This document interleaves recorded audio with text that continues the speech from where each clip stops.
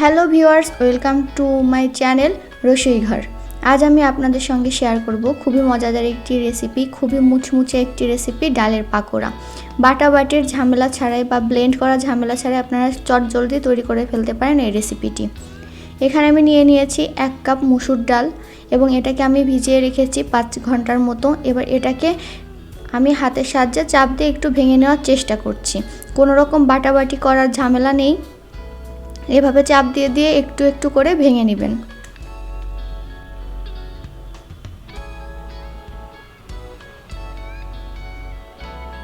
ব্যাস একটু ভাঙা ভাঙা হয়ে গেল।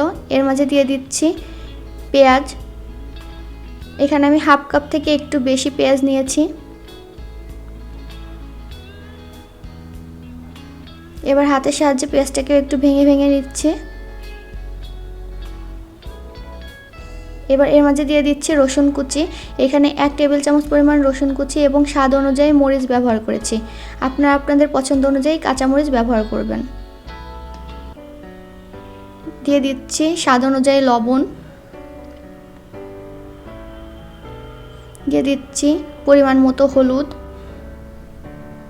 1 চামচ পরিমাণ জিরা গুঁড়া। সবগুলো উপকরণ আমি আবার ভালোভাবে মাখিয়ে নিচ্ছি।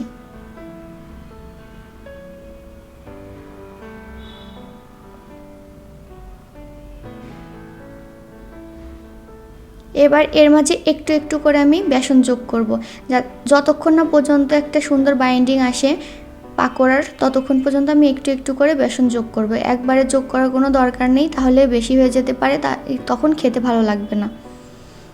যখন এভাবে আপনারা হাতের সাহায্যে মুট করতে পারবেন এবং এভাবে একটা শেপ দিতে পারবেন, তখন বুঝতে হবে যে আপনার পাকোড়াটা বানানোর জন্য রেডি।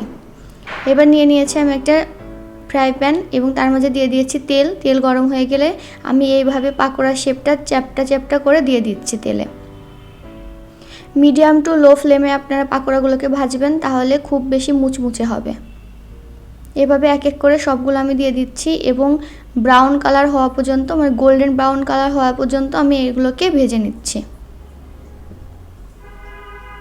ঠিক এই পর্যায়ে আসলে আপনারা বুঝতে পারবেন যে আপনার পাকোড়া রেডি। শত ব্যস্ততার মাঝেও আপনারা খুব সহজে চটজলদি এই রেসিপিটি করে নিতে পারবেন। কোনো রকম বাটাবাটি বা ব্লেন্ড করা ঝামেলা নেই।